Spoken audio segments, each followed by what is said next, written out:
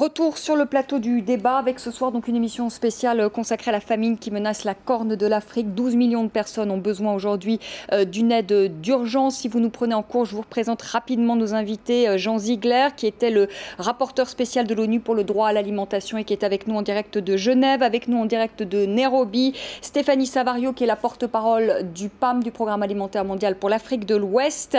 Jacques Indy, qui est le président de UNICEF France. Et puis avec nous, Jean-François Donzier, qui est le directeur général de l'Office international de l'eau. Alors on l'a dit tout à l'heure, c'est la Somalie qui est aujourd'hui le pays le plus touché par la malnutrition, touché même par la famine. C'est ce que devrait dire l'ONU dans les jours qui viennent. La situation est telle aujourd'hui en Somalie bien que les Chebabs, les islamistes qui luttent contre le gouvernement de transition, ont demandé un soutien international. L'ONU a délivré sa première aide au pays. Je vous propose ensuite de voir ce reportage qui a été tourné à Mogadiscio, la capitale somalienne. Sa mère, une paysanne, a parcouru des dizaines de kilomètres pour amener son bébé à l'hôpital de Mogadiscio, la capitale, pour voir un docteur. Le diagnostic est facile à faire, il souffre de malnutrition. Les vitamines, du lait riche en protéines, il va peut-être s'en sortir. Le nombre de victimes de la malnutrition a augmenté de manière très forte et on a de plus en plus d'enfants. Avant la sécheresse, il y en avait quelques-uns. Maintenant, ils représentent 20% des cas. Et cette malnutrition s'accompagne de complications sévères. Ces Somaliens ont fui la faim pour se réfugier ici, au Kenya voisin. Entassés dans des camps, synonyme peut-être de survie. Mais tous les jours, il en arrive de nouveau, comme cette femme tellement faible qu'il faut la transporter sur un chariot. Mais la porte du camp reste fermée. Impossible d'accueillir tout le monde. La sécheresse. Les bêtes crèvent de soif. Voilà à quoi ressemble la Somalie aujourd'hui. 6 millions d'hommes et de femmes souffrent de la faim. Bientôt, ils seront 10 millions. J'ai très faim. Je suis aussi malade, mais c'est la faim qui me détruit. J'ai marché toute la nuit pour venir ici trouver à manger. L'aide internationale s'organise, l'eau bien sûr, mais aussi la nourriture, avec une priorité absolue, sauver les enfants. Voilà, on va parler donc de la Somalie, plus précisément Jacques Indy. Alors l'UNICEF se trouve en Somalie, notamment à Mogadiscio, mais ce qui est intéressant, c'est que vous vous trouvez au sud de la Somalie, qui est une zone qui est détenue par les Chebabs, par les militants islamistes, qui avaient jeté dehors les organisations humanitaires en 2009, qui aujourd'hui appellent à l'aide ces mêmes organisations humanitaires. Et vous, l'UNICEF, vous êtes au sud et vous travaillez comment? Alors vous travaillez avec des employés locaux et avec des femmes aussi. Oui, on a une centaine d'employés locaux et puis on a une équipe de soutien d'environ 80 personnes qui est à Nairobi et qui fait des voyages réguliers pour venir apporter le soutien qui est nécessaire à nos équipes locales. Et là, vous avez envoyé une aide aussi très précise dans le sud. Oui, on vient d'envoyer à Baidoa, le 13 juillet, un chargement de 5 tonnes d'aliments nutritionnels pour les enfants et de matériel en matière d'eau et d'assainissement. Et nous avons d'autre part des convois qui sont prévus pour 10 centres de santé et 100 000 personnes qui sont en cours d'acheminement par la route via Mogadiscio. Alors donc des employés locaux qui travaillent sur place, vous parlez des acheminements par la route. La Somalie est un État qui est en guerre, qui est en déliquescence depuis 1991, c'est-à-dire qu'il n'y a plus d'État en Somalie. Dans quelles conditions les humanitaires travaillent? Dans quelles conditions notamment de sécurité, j'imagine très difficiles? C'est difficile sur le plan de la sécurité, mais enfin, si vous voulez, à partir du moment où ce sont des nationaux, ils sont quand même moins exposés que des internationaux qui peuvent être une cible pour les terroristes. Donc on arrive quand même à travailler, mais c'est vrai avec un certain nombre de mesures de sécurité, avec des convois protégés, avec des véhicules blindés, de façon à pouvoir mettre à l'abri tout notre personnel dans la mesure du possible. Mais c'est vrai que c'est un grand sacrifice pour tous. On va voir d'ailleurs peut-être cette carte justement de cette corne de l'Afrique. Alors c'est très difficile, vous le disiez, pour les humanitaires donc de travailler à cause des conflits en cours et notamment en Somalie, donc où il y a cette guerre qui oppose le gouvernement de transition à ces miliciens Chebab, et donc les zones d'accès sont très difficiles. Stéphanie Savario, le PAM, le Programme alimentaire mondial, travaille également en Somalie. Alors vous travaillez beaucoup dans le centre, vous travaillez également à Mogadiscio, la capitale. En revanche, vous êtes absent du sud. Pourquoi? Oui, effectivement, on distribue de la nourriture pour à peu près 1,5 million de personnes dans le centre de la Somalie, dans le nord et à Mogadiscio. On est en train d'augmenter les distributions de Mogadiscio pour tous les déplacés qui viennent du sud. Donc on est en train de faire des prévisions pour 200 000 personnes supplémentaires à Mogadiscio, en plus des 300 000 personnes qu'on assiste en ce moment. Pourquoi on n'est pas présent dans le sud? Parce que depuis janvier 2010, Al-Shabaab n'a plus voulu notre présence dans le sud. On a eu des menaces de mort, on a du personnel qui s'est fait tuer. Maintenant, on est en train de voir, après la déclaration effectivement des Chebab de réouvrir leur zone au personnel humanitaire. On est en train de voir avec le coordinateur humanitaire des Nations Unies pour la Somalie dans quelles conditions on peut revenir pour s'assurer que notre personnel ne sera plus menacé de mort et que on va pouvoir acheminer les tonnes d'aide qui sont nécessaires pour plusieurs centaines de milliers de personnes et pour remettre en place un système d'aide solide pour cette zone-là et un pipeline d'accès de la nourriture pour cette zone-là. Comme vous le savez, pour l'aide alimentaire pour la Somalie, c'est une aide qui est acheminée soit par la route depuis Mombasa, le port de Mombasa, mais également par la mer. Les vivres arrivent à Mogadiscio. Il faut ensuite remettre en place un système d'accès par la route pour le sud de la Somalie. C'est quelque chose qu'on doit faire en coordination avec les autres agences des Nations Unies. Et en ce moment, on est en train de vérifier les conditions sous lesquelles ça peut se produire. Jean Ziegler, si demain l'ONU déclare la Somalie en état de famine, est-ce qu'on peut imaginer une intervention comme on en a vu une en 92, une intervention militaire?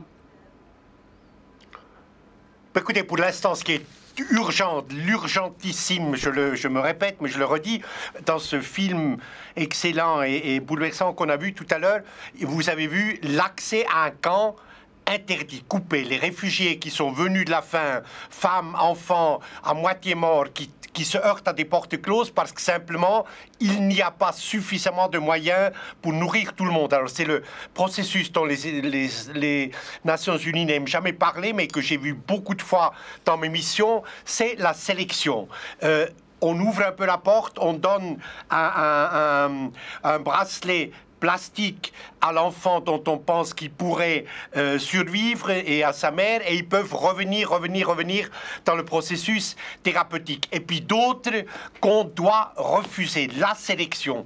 Et ça, c'est absolument horrible, et c'est pour ça qu'il faut vraiment que l'Occident se réveille maintenant. Mais en même temps, vous avez, j'ai écrit ce livre, La haine de l'Occident. C'est vrai que l'Occident est l'acteur principal puisqu'il a l'argent pour lutter contre cette catastrophe. Mais en même temps, c'est Chebab, ces terroristes miliciens dans le sud de la Somalie, par exemple, où sont inexcusable. D'abord, ils mettent à la porte les humanitaires, les chassent, les menacent de mort et livrent la population à la catastrophe de la famine. Moi, j'ai beaucoup vu, par exemple, j'ai une grande...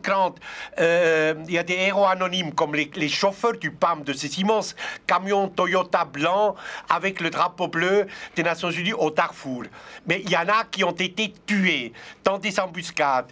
Et ces chauffeurs, souvent des gens du pays, continuent à monter dans le camion, d'avancer et d'essayer d'atteindre les victimes. Alors, il y a une irresponsabilité dans un certain nombre de forces politiques de cette région dont nous parlons, qui est absolument abyssale. Là, je prends l'exemple de l'Éthiopie, qui a la troisième armée d'Afrique. 40% de son budget va à l'armée. Et je veux bien qu'il y a une guerre en Ogaden, qui sont sur la frontière avec l'Érythrée, mais là, il y a une irresponsabilité totale qu'il faut dénoncer. Maintenant, je termine avec la question que vous me posez.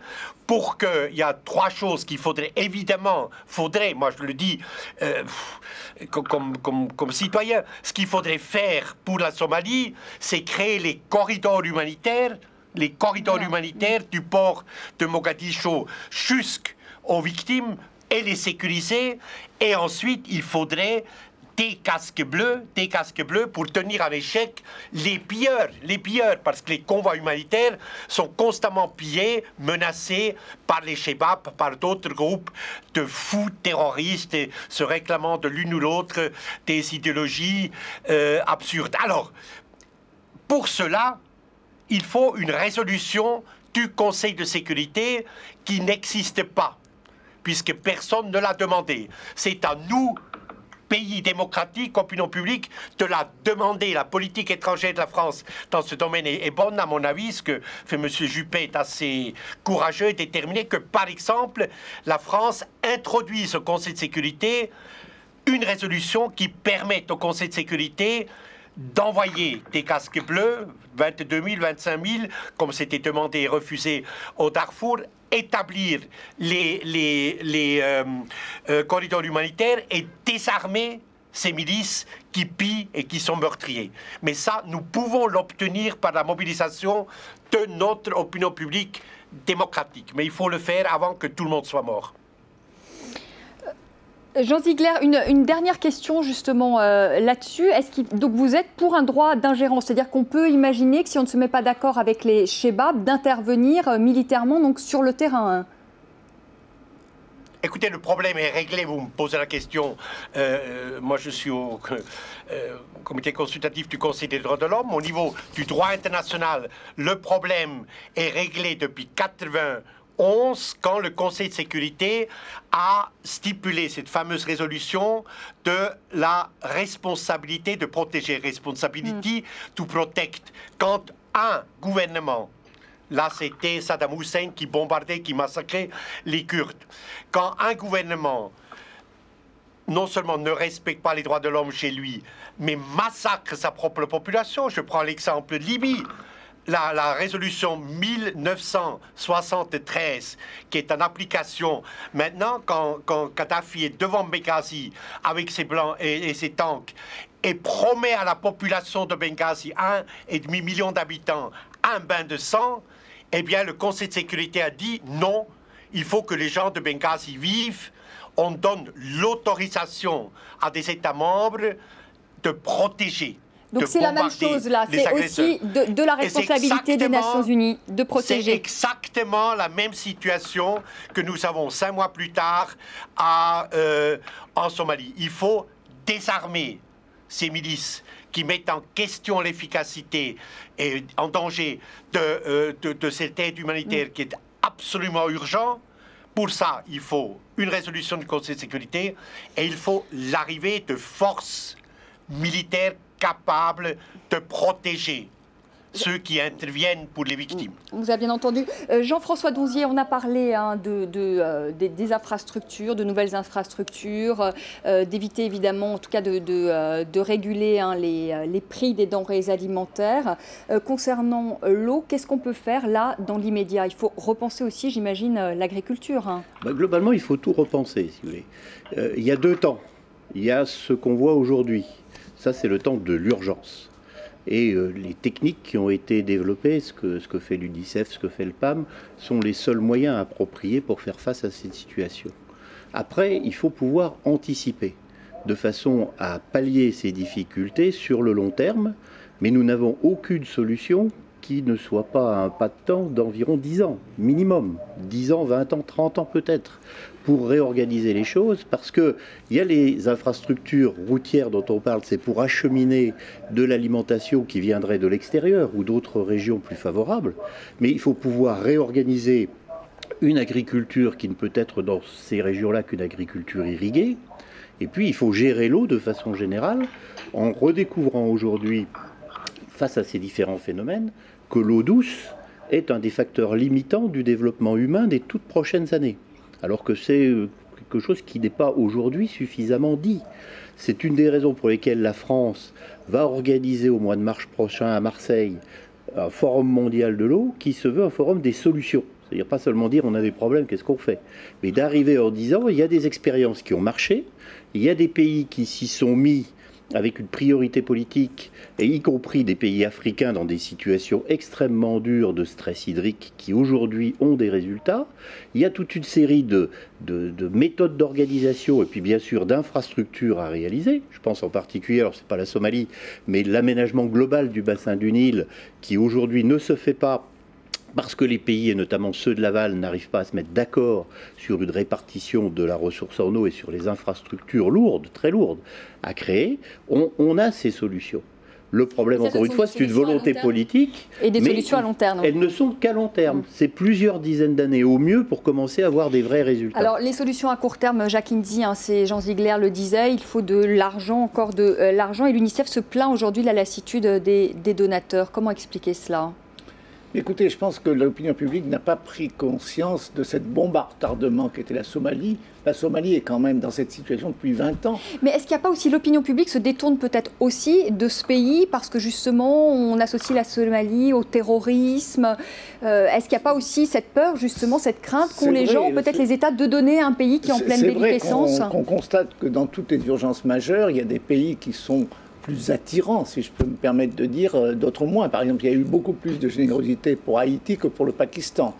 Mais ce qu'il faut dire aussi, c'est que l'opinion n'a pas complètement pris conscience de la crise. Ils n'ont pas vu cette accumulation d'une situation en Somalie où un quart de la population est déplacée, dont 1,5 million à l'intérieur de la Somalie et 500 000 à l'extérieur. Donc ça fait 2 millions de personnes qui sont totalement déplacées dans une région qui souffre de problèmes de précipitation depuis plus d'1 an et qui n'aura pas de nouvelles récoltes avant 5 ou 6 mois. Donc il y a eu vraiment, c'est une bombe à retardement qui s'est construite et qui est en train de nous exploser à la face, et il faut que ça explose pour que l'opinion publique s'en saisisse. Alors, est-ce qu'ils vont répondre à cette sollicitation ?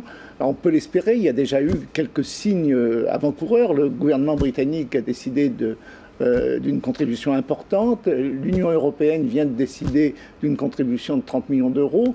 Il y a cette réunion de la FAO qui a été provoquée à la demande de la France. Lundi 25 juillet, oui, elle aura lieu. Et puis, il y a tout le relais que vous, médias, vous pouvez faire pour montrer ces pauvres enfants qui sont en train de mourir alors que c'est parfaitement évitable, on sait faire. Et sur France 24, nous suivrons cette crise, cette famine donc de la Corne de l'Afrique, puisque nous allons envoyer des équipes sur place, que ce soit en Somalie ou encore au Kenya. Et si vous voulez faire des dons, eh bien vous pouvez le faire. Vous pouvez faire des dons à l'UNICEF, Jacques Indy, sur le site de l'UNICEF, www.unicef.fr. Des actions également à Action contre la faim, ou encore au PAM. Je remercie Stéphanie Savario d'avoir été avec nous en direct de Nairobi. Vous pouvez donc faire des dons sur le site du PAM, Corne de l'Afrique.